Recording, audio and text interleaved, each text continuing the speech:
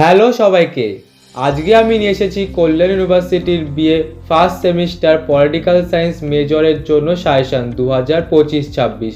যারা ফার্স্ট সেমিস্টারে political science major নিয়ে পড়ছো, এই ভিডিওটা তোমাদের জন্য খুবই গুরুত্বপূর্ণ, কারণ আমি এই সাবজেক্টের গুরুত্বপূর্ণ প্রশ্ন নিয়ে বিস্তারিত বলবো। ভিডিওটা শেষ পর্যন্ত মন দিয়ে দেখো।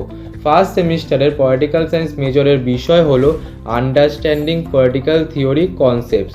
এই বিষয়ের সিলেবাসটা তোমরা দেখে নাও। Unit 1, unit 2, unit 3, unit 4, unit 5 এবং ইউনিট 6।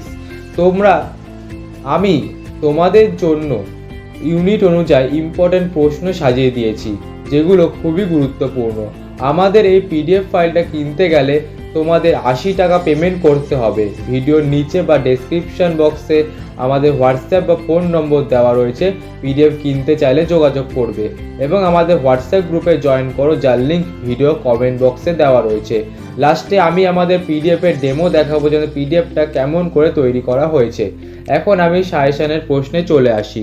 প্রশ্ন ইউনিট 1, 1 নম্বর প্রশ্ন, রাজনীতির ধারণাটি ব্যাখ্যা করো অথবা রাজনীতির অর্থ, প্রকৃতি বা বৈশিষ্ট্য সম্পর্কে আলোচনা করো।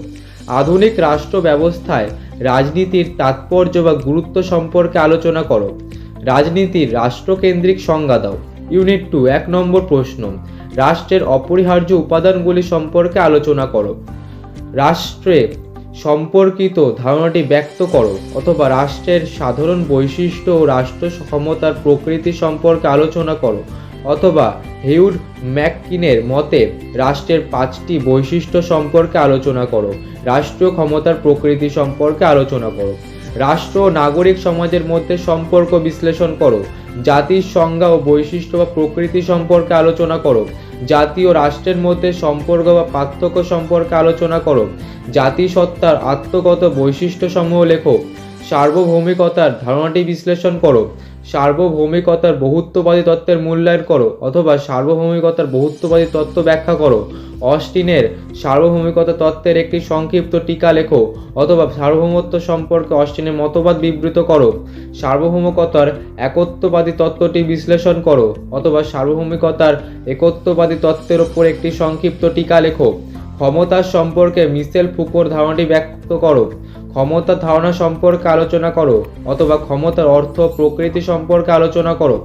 ক্ষমতা ও কর্তৃত্বের আন্তঃসম্পর্ক সম্বন্ধে একটি সংক্ষিপ্ত টিকা লেখো অথবা ক্ষমতা এবং কর্তৃত্বের মধ্যে সম্পর্ক পর্যালোচনা করো। কর্তৃত্ব সম্বন্ধে সংক্ষিপ্ত টিকা লেখো। ওয়েবারের 3 ধরনের কর্তৃত্বের বিশ্লেষণ করো অথবা কর্তৃত্বের প্রকারভেদ সম্পর্কে আলোচনা করো। ইউনিট 3, 1 নম্বর প্রশ্ন, আইনের সংজ্ঞা ও প্রকৃতি সম্পর্কে আলোচনা করো অথবা আইন সম্পর্কিত ধারণাটির বৈশিষ্ট্যগুলি লেখো। আইন ও স্বাধীনতার আন্তঃসম্পর্ক আলোচনা করো। আইনের উৎসগুলি আলোচনা করো। সাম্য ও স্বাধীনতার মধ্যেকার সম্পর্ক পর্যালোচনা করো অথবা স্বাধীনতা ও সাম্যের সম্পর্ক বিশ্লেষণ করো অথবা স্বাধীনতা ও সাম্যের সম্পর্ক আলোচনা করো। স্বাধীনতা সংক্রান্ত ধারণাটি সংক্ষেপে ব্যাখ্যা করো। স্বাধীনতার সংজ্ঞা দাও। স্বাধীনতার রক্ষা কবচগুলি সম্পর্কে আলোচনা করো। সাম্যের সংজ্ঞা ও প্রকৃতি বা বৈশিষ্ট্যগুলি লেখো। অর্থনৈতিক সাম্যের ধারণাটির সংক্ষিপ্ত আলোচনা করো। আইনগত সাম্যের ধারণাটি ব্যাখ্যা করো। সামাজিক সাম্যের ধারণাটি ব্যাখ্যা করো। ইউনিট 4, 1 নম্বর প্রশ্ন, অধিকারের সংজ্ঞা দাও। অধিকারের বিভিন্ন রূপ বা ধরনগুলি সম্পর্কে আলোচনা করো অথবা অধিকারের ধারণাটির সংজ্ঞা দাও অথবা অধিকার কি, তুমি কি পৌর ও রাজনৈতিক অধিকারের পার্থক্য করবে। সামাজিক অধিকারের সংজ্ঞা দাও অথবা সামাজিক অধিকার সম্পর্কে আলোচনা করো। স্বাভাবিক অধিকারের তত্ত্বটি বিশ্লেষণ করো। ন্যায় ধারণা সম্পর্কে সংক্ষেপে আলোচনা করো অথবা ন্যায় ধারণার অর্থ, প্রকৃতি বা বৈশিষ্ট্য সম্পর্কে আলোচনা করো। রলসের ন্যায় তত্ত্ব ব্যাখ্যা করো অথবা রলসের ন্যায়ের ধারণাটি সংক্ষেপে আলোচনা করো। ইউনিট 5, 1 নম্বর প্রশ্ন, গণতন্ত্রের সংজ্ঞা দাও অথবা গণতন্ত্র সম্পর্কে সংক্ষিপ্ত টিকা লেখো। পরোক্ষ গণতন্ত্রের ধারণাটি মূল্যায়ন করো অথবা প্রতিনিধিমূলক গণতন্ত্রের ধারণাটি মূল্যায়ন করো। ডেভিড হেল্ডের অনুসরণে সনাতনী গণতন্ত্রের বৈশিষ্ট্য আলোচনা করো অথবা ধ্রুপদী গণতন্ত্র সম্পর্কে ডেভিড হেল্ডের বক্তব্য বিশ্লেষণ করো। শাসন ব্যবস্থায় একটি রূপ হিসাবে গণতন্ত্রের সাফল্যের শর্তাবলী লেখো। গণতন্ত্রের অর্থ, প্রকৃতি বা বৈশিষ্ট্য সম্পর্কে আলোচনা করো।